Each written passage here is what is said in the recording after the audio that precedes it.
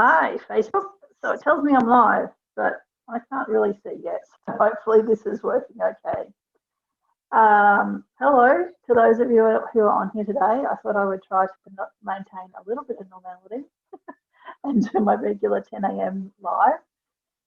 And today you get me. So it's the first Tuesday of the month. And so what I've been doing is, don't mind me, I've put new earbuds. If I sound funny, can you let me know? Because I'm just trying to get used to them. This is the first time I've used them.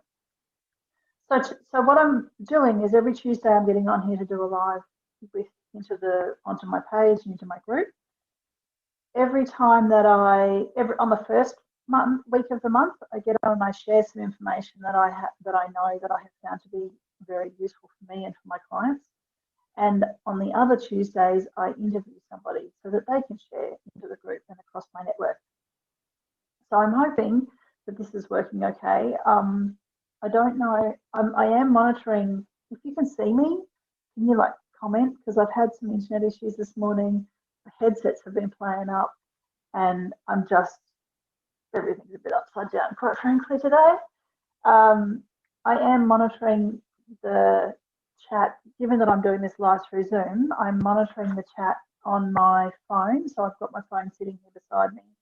So if anyone does comment, I can answer your questions hopefully, but it's just me. I am a one woman band today. So you get two of me because you get my sign, which feels a bit strange with that sitting behind me when I do this. Obviously that was designed for when I do expos and that sort of stuff. But anyway, let me talk to you about what I want to share today. So what I want to do is talk to you about the concept of IKIGAI. And I've got a really simple slideshow that I will share with you in a minute. God, these things won't sit right. Anyway, if I sit them right, they stick right out, so I look like I've got Shrek ears or something. Anyway, yes, so I've got funny shaped ears, I've discovered. IKIGAI. I want to share this concept with you. It's something that I discovered a couple of years ago. It's been massively helpful to me and with the work that I do with my clients. When I first looked at it, though, I completely just disregarded it. I looked at it and went, oh, yes, here's another thing, right? That was a reflection of my headspace at the time, not of the value of the information. As I found out later on when I saw it again, thankfully the same person who had posted it put it up again in their group. I happened to see it and that was like, boom, that's how it happened for me. But let me get into that in a little bit. I want to quickly share the PowerPoint that I have with you to explain this and in terms of how this actually fits together in the context of what I do. So as I said before, I'm doing a webinar at the beginning of every month. This is a part of a series that I put together quite a while ago, and the series essentially takes you through all the steps that I work through with my clients in different ways. The work that I do is not super programmed. I draw on the knowledge that I have and apply it as necessary with the people that I work with. Certainly there are some sort of fundamental steps that we go through, particularly if you go into my mastermind program. We have a program that I go through some very structured stuff in the beginning with that. But then how I help my clients will depend on where my clients are. As an example, right now, in just one group, I have a lady who is a grazier who's been very successfully building up a business with her husband. However, her role has been to raise children and to run the farm while her husband works off farm. And everything that she has done has been reinvesting back into the family and back into the family business.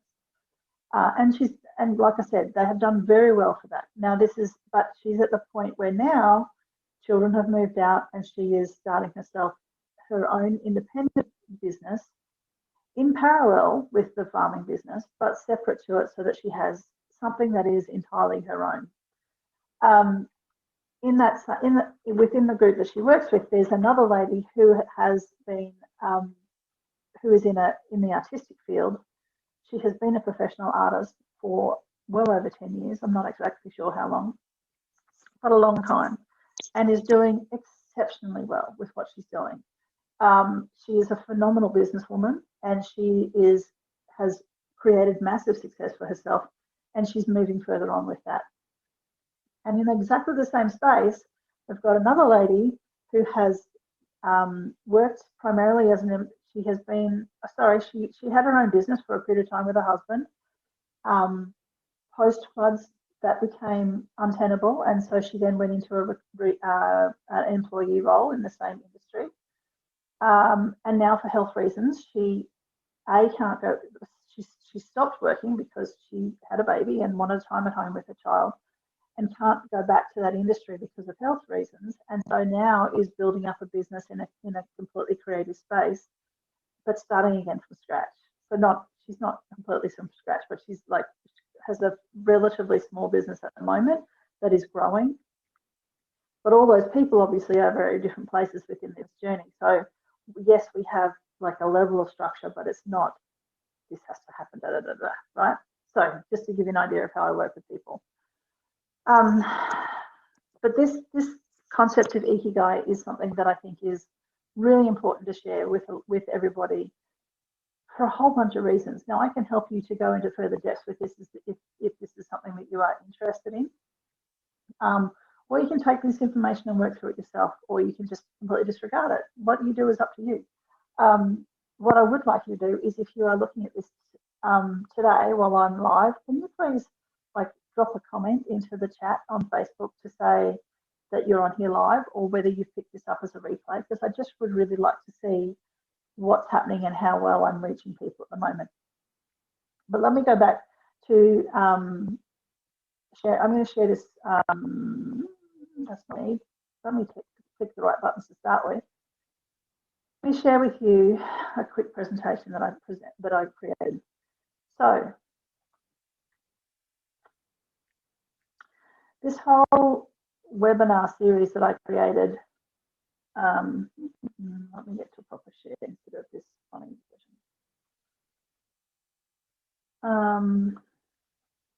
From the beginning, righto. So a while ago, I put together this webinar series about your dreams. It's not lovely.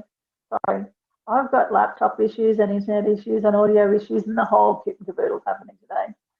So this whole series is talking about dreams. What are you feeding them, and what we need to achieve them? And really, that's what it comes into, is what is it that you want? Hello, Tanya, and Mary Beth, hello as well. Let me turn my volume down on my phone. Awesome, I can see you guys. That's fantastic. So, if you've got any questions, please drop them in the comments as you're going, and I will, get into them as quickly as I can, I promise. There is a delay though between me talking here to the camera and it showing up here. So if I am a little bit slow in actually addressing your question, I apologise. I'm not ignoring you, I promise. So the whole presentation is dreams. What are you feeding them, and what we need to achieve them? And this is what I'm going to go through with you on the beginning of every month. So this is actually presentation number 2. I did one in relation to this last month, and that one, if you have a look at this diagram, hopefully you can see my mouse on the screen. I'll find out in a minute. What I spoke about last time was dreams, that section in the middle. And what I'm going to talk about today is creating clarity. Now, why is that important? If you don't know what you want, how do you know you're going to get it? That's really what it comes down to. How do you know how you're going to get it? How do you know that when you got it, it's actually what you want? It's so important to really invest the time and the energy into what you need for you as a human being. Now, everyone, I'm assuming pretty much everyone who's on here would know I'm a married mother of 2 kids, right? My husband is sick right now. He's off having treatment. And my experience is that for a long time I was a stay-at-home mum. I spent the better part of 15 years where that was my primary job. Now, I didn't only do that. I always had micro businesses on the side, usually more than one. I often worked a part-time job as well, but it was always, the choice was to go with entry-level jobs once I became a mum, because my focus was on the children and the family and being the parent that I wanted to be and that my husband wanted to be, wanted one of us to be. I was so lucky that when I met him and we decided that we wanted to have children, we were both of the agreement that one of us would be at home with the kids and the other one would be the primary breadwinner. As it panned out for us, my husband was in a job when we fell pregnant with our first, that his was the one that was more stable. And I was working on a cattle property and couldn't drive down the paddock. It's completely useless when I was pregnant. I was completely useless doing the job that I was doing. So hence he became the primary breadwinner and I became the at-home parent. And like I said, very, very grateful for that. So appreciate the opportunity that I had to do that, and actively chose to essentially get all my great big fancy dreams that I've always had and figuratively pack them into a box, post them under the bed and leave them there while I focused on raising our children, keeping our home running, etc. So I know that I did the greatest job of keeping the house running. The kids are fine, seem to be. Time will tell on that one. But they're 18 and 14 and they're doing well. So I'm gonna call that a win for this point. Mary Beth says you clean up the chaos.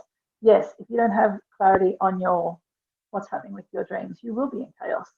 But you don't even really understand that. And I'll dig into that a bit further in a minute. So what happened with me, as our kids got older, and I started to looking at what I could do and how I could do what I wanted to do, once the children were at a level where I felt like I could take on something that took a bit more of my focus away from them. Because as those of us who are parents know, and I think pretty much everybody who's seen kids grow up, when they're little, they take so much time and attention. And then as they grow older, by default, they will naturally become more and more independent. And so it means that as a parent or as the primary caregiver, more and more time of your own is cleared up. Yeah, it is a 24/7 job with the kids in the house, Mary Beth. I've got to agree with that. So what happened for me is that I was in a very fortunate position in that I knew that I wanted to start a business, a significant business, that was going to be able to have the capacity to help a whole lot of people. I just didn't know how when I first got started, and I didn't actually even really understand what it was that I wanted to do. Because like I said, I'd taken those dreams of mine, packed them so tightly in a box that when it came time to pry the lid off and try and work out what it was, I couldn't actually verbalize any of them. So many of the dreams that I had had as a younger adult before I had kids were no longer relevant. Either they were, most of them were just things that I no longer had a desire to do, honestly. But I couldn't actually verbalize anything that I did want to do. When I first started looking at it, the only thing I could talk about was the fact that I wanted this feeling of peace again, because I had gotten into this sort of like state of a bit of sort of inner turmoil. And so it took me a really long time to then be able to, and I went through working with so many different people. I worked with a bunch of different coaches. I have done personal development of some sort literally since I was 15 years old when I was at boarding school. I'm now 45. So I just really immersed myself in that process and drew back on all those other sorts of things to work out what it is that I wanted to do. And then literally when I saw this concept of IKIGAI, it was like I had light bulbs go off, right? It was just the most amazingly bizarre sensation for me. And I get that that's unusual, but it's something that for me is that I was looking and had been looking for a long time, and it was really like that penny that dropped into place that helped me when I saw that. So let me just go ahead and it says to me on here that there's 6 people watching.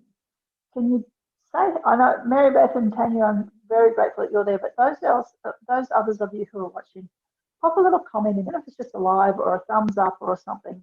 Really appreciate it, because I want to see who I'm talking to. Because right now I'm sitting in an apartment talking to a laptop camera. I feel like an idiot. So please put a comment in there so I know who's coming, who's on here.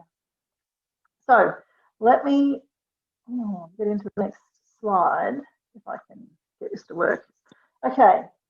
you should be able to now see an image of Ikigai. And if you look down the bottom there, I've got the link where I found this. And let me get my little, where's the little pointer thing? There we go. Because the mouse doesn't seem to be showing up. Righto. Now, hopefully this will work. Get that out of the way. All right, so you should see a little orange dot showing. Oh, there we go, because I can see it on screen. Okay, so this is the concept. This is the Venn diagram that represents the idea of the Ikigai. Absolutely, Mary Beth, I love that you comment on here. It makes me feel a lot less alone in the room. This is a very westernized version of what is actually a traditional Japanese concept. Hello, Mitch and Jeremy. Hello. This is what remote teaching is like, by the way. Oh, I can only imagine. Although I would hope that you can often Zoom and do a little bit of some kind of interaction with people actually being on there with you. Yeah, I'm really glad that I'm not doing remote teaching. Jeremy's a teacher down in Melbourne, and so has spent lots and lots of time remote teaching high school maths and science. Maths, I can't remember exactly, Jeremy, I'm sorry. But anyway, technical related issues to teenagers in Melbourne remotely. The man deserves a medal, and so does everybody else that's had to deal with it, quite frankly. Anyway, back on track here. Ikigai.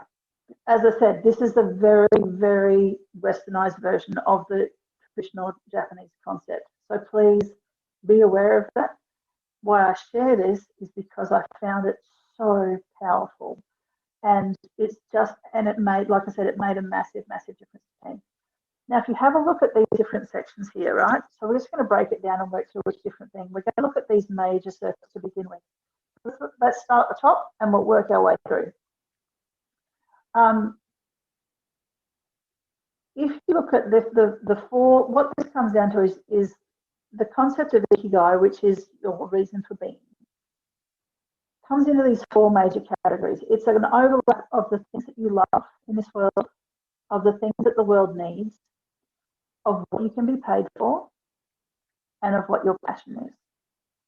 Now, those things within your Ikigai, you may or may not be actually paid for them. You don't have to be paid. This doesn't have to be where your job or your business sits. For me, I am very grateful. The business that I've got, 10 Dreams, that I've created, it sits smack in the middle there. And I, that's been its greatest strength, but also its greatest weakness. And there's a whole lot of stuff that I can unpack about that if you want to. But let me go through this in terms of how it can help you guys to begin with. So hang on a second. Got myself ahead of myself. Okay. Have a think for a moment of the things that you love to do. What is it that is just, you don't give a damn how long it takes, you don't care how frustrating it is, that you just will keep on doing things over that, like to keep on working in that space, regardless of the challenges that come your way. We've all got something. As an example, man alive, I keep tapping the wrong thing and going to the wrong one. Apparently my sound is breaking up a little bit, and I don't know why, because I haven't done anything different, but let me know if there's any other issues that come up. So, what do you love to do? I'm going to share an example with you of a lady that I know who works with horses. Now, when I first met her, she had just been through a really, really rough time and had lost one of her horses and had, it had been put down, and her heart was broken. And she was just frustrated with the world, and she actually moved her work completely away from the equine industry because it was just too painful at the time. This is a lady who's come to one of my workshops, but she hasn't gone further as being a client. And that's completely fine. She still inspires me because she's an amazing human being. But this woman loves to be with horses, right? Loves being around them. She'd prefer to be around horses than humans, right? Now, I'm going to go over this over here for a second, having a look at what you're good at. Now, this lady happens to be very good at working with horses. She just gets them. They just click with her. She has done a lot of study to extend her understanding of horses, and she does a therapy that I've never heard of before, because I like horses. I'm not mad keen in love with them. But she does a kind of therapy that I don't know a great deal about. She also works as a farrier, and to see the shifts that she's creating in the horse's feet that she works with is amazing. This woman is good at what she does. End of story, right? Now, if that was the only two things that were relevant to her, then working with horses for her would be a passion, right? And there's a lot of things that will fit into your passion. And here's the thing. So many people talk about wanting to find their passion, wanting to, they want to get into a job because they won't. I know of some teenagers who are, well, not necessarily just teenagers either, but some people who won't take a job on unless they're passionate about it. But if you have a look at this, passion is not, there's so many things missing if passion is the only thing that you're looking for in a job or in some kind of work. So passion is important. I'm not saying it's not, but it's not the only thing. There is so much more to it. And there are,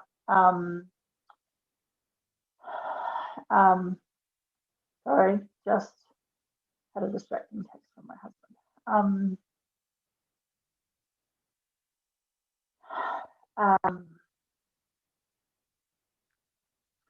Passion is only a part of what is important in terms of the grand scheme of things, in terms of if you are really looking for your reason for being or your purpose. Okay. The next thing in terms of going back to the lady that I was talking about, can you be paid for the work that you're doing? In terms of working with horses, absolutely.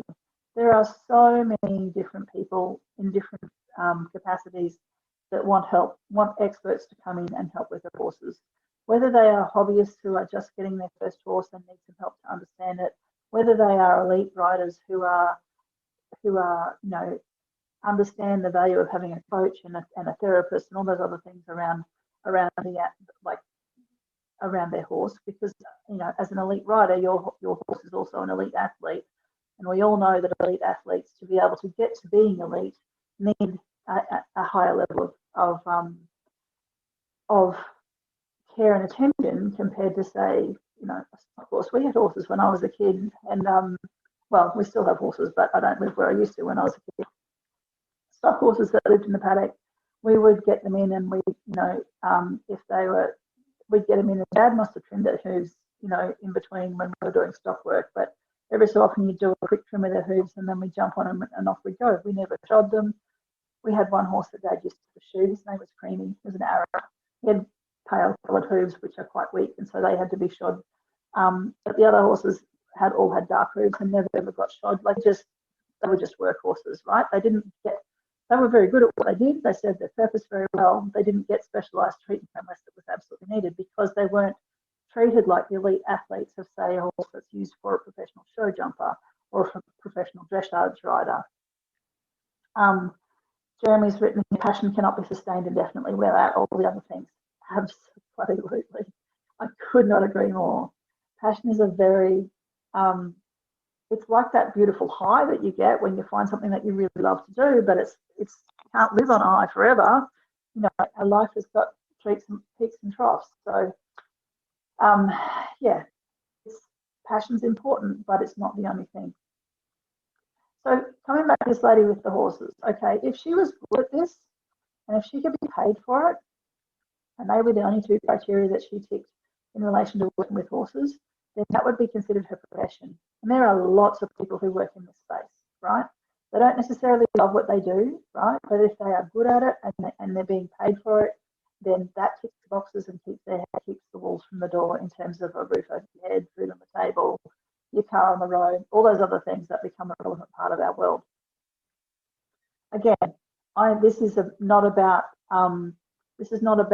saying this is a better than or worse thing situation. It's simply that this is where this is to help you to get an understanding, I guess, of where you are, so that you can potentially take this information, lay it over the top of your life, and have a look at things like, where does your current work or business fit in?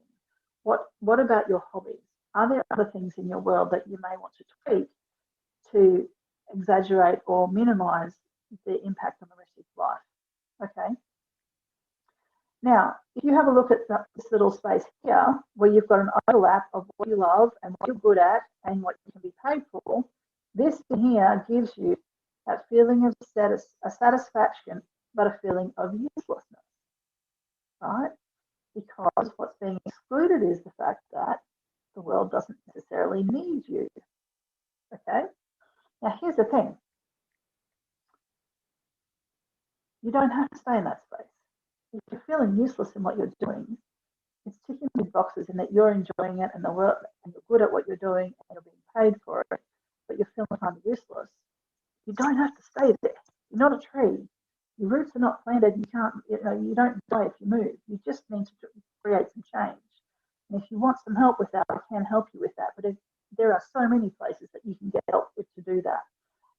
But literally, this is helping people through this process, helping them to understand this, helping them to apply it to their own life. This is what lights me up. And it's something that I'm very good at, and I didn't realise that until only a short period of time ago. Mary Beth's written, I've always worked with the passion of whatever I did. I was doing the Lord's work. So I have a different perspective of what I do. It's not only a paycheck, but going in and out of people's lives and making a difference, making friends and helping where I can. It has helped immensely. That is awesome, Mary Beth. I completely love that, because you have, with what you're doing, you know that it has a higher purpose and it serves the greater good. But here's the thing. My guess is that what you're doing, actually, passion is a part of it, but I think that you probably actually tick all four of these big circles. But that's something for you to work out.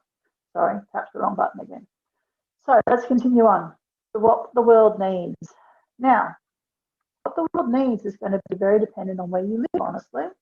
As an example, I have the most amazing VA who works with me. Her name is Mitch. She lives in the Philippines.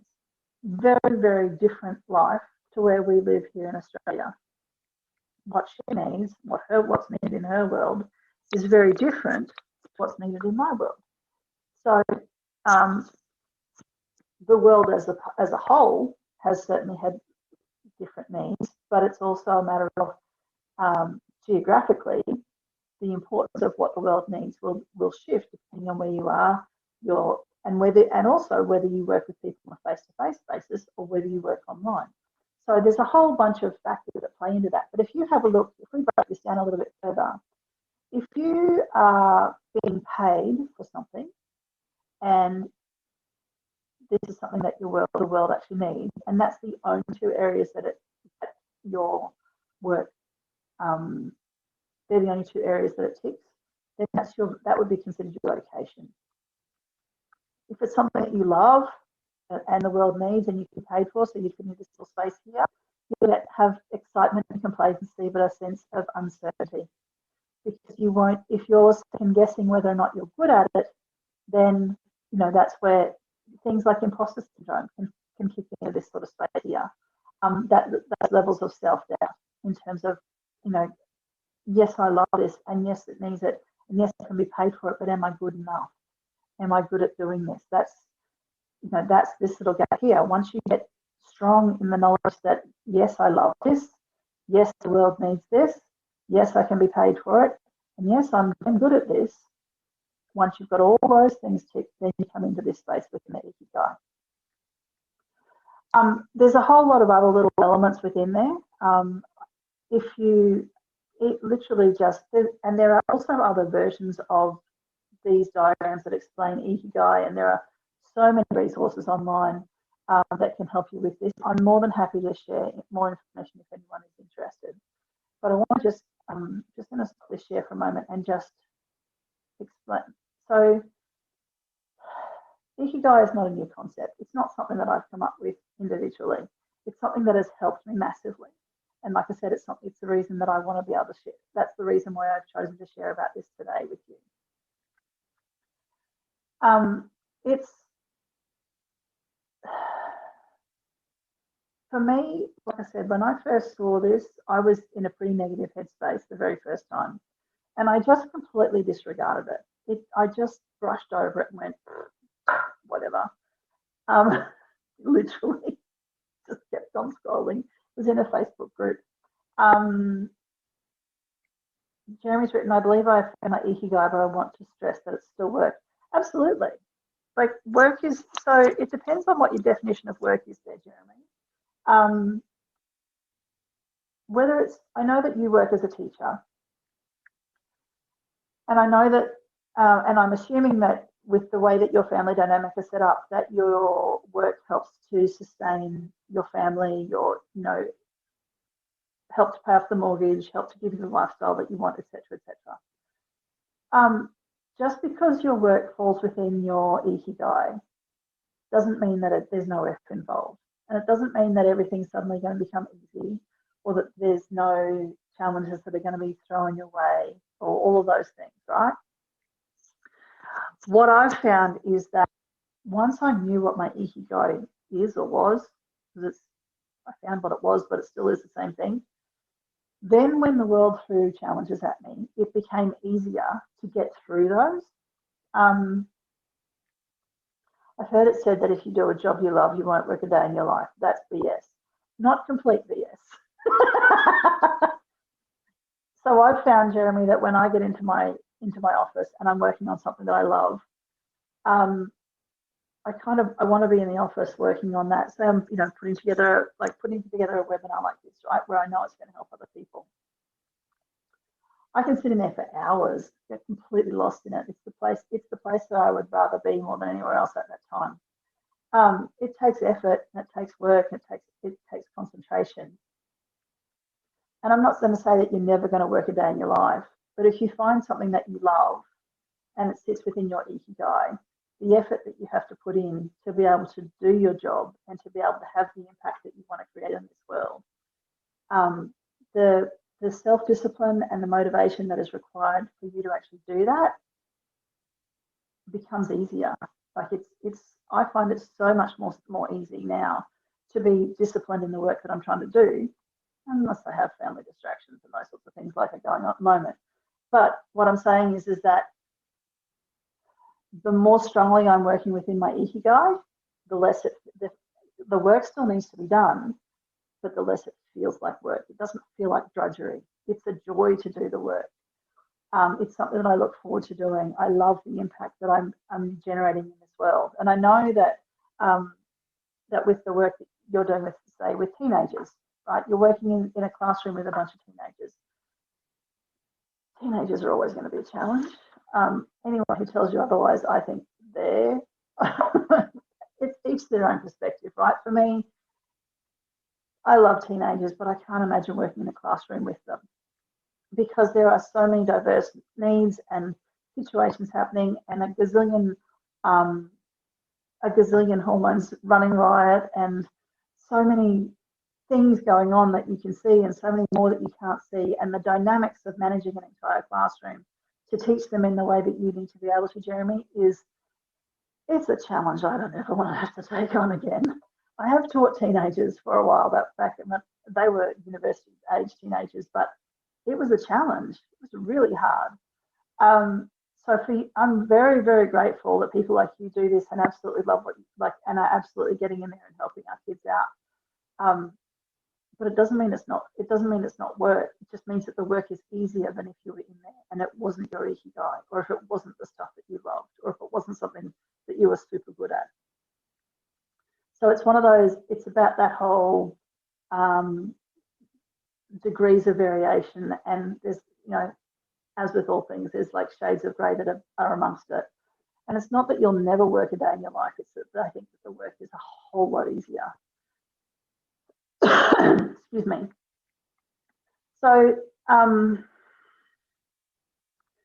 my question to you, I guess, is for those of you who are watching, and I really appreciate everyone who has commented here, those who are watching and either haven't commented or are going to come back in on replay. If any comments, etc., questions, I will more than happy to drop back in and answer them. If you are, what I would suggest is how to take this further. Spend some time and mull this over. Take a screenshot of the slide showing the Ikigai so that you can really sit and have the details there in front of you and think about it, and if necessary, journal about it. I find when I journal, there's a couple of things that I do when I journal. First of all, I make sure I've got a really, really nice book, like so this is one of my favorite books. It's literally the most simple thing that I bought from, I think it actually came from Kmart. The key thing for me with a journal is A, it needs to be able to flip around so it sits flat, and B, it needs to have nice paper because I'm a little bit tactile. The other thing is I have a really nice pen. Now this is a pen that I bought for myself. It's a Swarovski pen. It's a beautiful weight. It feels beautiful to write with. And this pen to me is indicative of the value that I need to place on me and my thoughts and the life that I'm creating, continuing to extend on. It's not the most expensive pen in the world. It's certainly worth more than other pens that I bought. But for me, this is it's important to me that when I journal, that I honor the process of journaling, because journaling is one of the most valuable ways to get the thoughts from your head out onto paper so that you can unjumble them and really understand them. So what I'd suggest is, if you are wanting to do some extra work in relation to this, is get yourself a nice book and get yourself a nice pen and give yourself the space, whether it's 5, 10, 30 minutes, 60 minutes a day, longer, whatever works for you, it's up to you. But take the time to invest in you and your own thoughts and your own dreams. Because if you don't have that clear vision in front of you, then creating the life that you actually want and that you love is going to be so much harder. And the Ikigai stuff all ties in with that. The clearer that you are on how Ikigai and those other factors play into your life right now and in the life that you're creating, man, it just makes such a difference. It really does. And it's one of those things that you kind of got to experience to understand. Oh, Mitch has put a comment here. Indeed, it is the joy. It's keeping us motivated and always looking forward to whatever the day brings. Absolutely, Mitch. Absolutely. Mitch and I had lots of conversations about this stuff. So, invest in yourself with a beautiful pen. It doesn't have to be super expensive, like I said. One thing I will do is if I don't actually have this pen with me, I make sure a pen that feels nice to write with, even if it's a freebie that I picked up from somewhere. It's got to feel nice to write with, and the paper's got to feel nice. But take the time to journal and to bravely brainstorm. Now that's a phrase that I think is it's really, really important. Really important to bravely brainstorm. When you journal, you need to get the ideas out of your head and just get every idea out onto paper. Not this whole, so many of us when we go to journal, we'll write out some stuff and then the little monkey on our shoulder will jump in and go, but why are you going to do that? And how are you going to be good enough to do that? And all this other self-doubt rubbish kicks in. Kick that little bugger to the curb and just get your thoughts out onto paper. You can come back and do an analysis later on, but have the courage to bravely write out all those things that come into your mind as you're journaling, whether that's related to Ikigai or whether it's related to another thing. And probably I should do another webinar about journaling, but it's really, really important that you bravely brainstorm as you're working through your journaling process. So that's pretty much everything I wanted to share in relation to that today. If anybody is wanting some more information about this, please pop a comment in the chat, and I will get back to you. Whether that's within, whether you've seen this within my personal profile, or this has also been shared into my Facebook group, which is Leaders in Business, and it's also shared onto my 10,000 Dreams business page. I will come back and answer everything that I can. Another way, if you wanted to go further with this, is I run dream board workshops that help people to get really clear on what their dream life looks like. And in the process of that, we also help you to create a visual representation of that with an actual physical dream board. Now, I run these both online and offline. Details of that I can share with you as well. But if you are interested in finding out information about that, just pop Dreamboard into the comments, and we will, Mitch and or I, the Mitch being my VA, we will be in contact with you in relation to that, so that you can. It's just about giving you the extra support that you're looking for to be able to then take this to the next step, because my goal is to help people to think differently. I want to help you to challenge your status quo, and I want to help you to really engage in your own personal dreams, whether that's, some people have got, 5-star lifestyle dreams, and other people want to be able to spend, every afternoon, every weekend with their kids. I don't care what your dreams are. What I care about is whether or not you're living a life that is actually your dreams. Because so many of us are living a life that is because of what our family expects or society expects or whatever. And one of the things I think is really super important, if you're in a significant relationship with another human being, whether that's, marriage, etc., I don't care about the format of the relationship, that's up to you. I think it becomes more important to become clear on what it is that you want as an individual within that relationship, so that you can be comfortable and confident within who you are as a human, and so that when you are working together with your significant other, that the life that you can create is what you are both looking for. It's really important for both individuals to be very clear on what they want, so that the life that you combine together serves both of you equally well. On that note, I'm going to finish up. If there's probably 4 or 5 other webinars in amongst this conversation, honestly, but I'm going to finish it there for today. Like I said, if there's any questions, any comments, pop in there if you're coming back in on the replay. And I hope that whatever you're doing, that you're having an amazing day.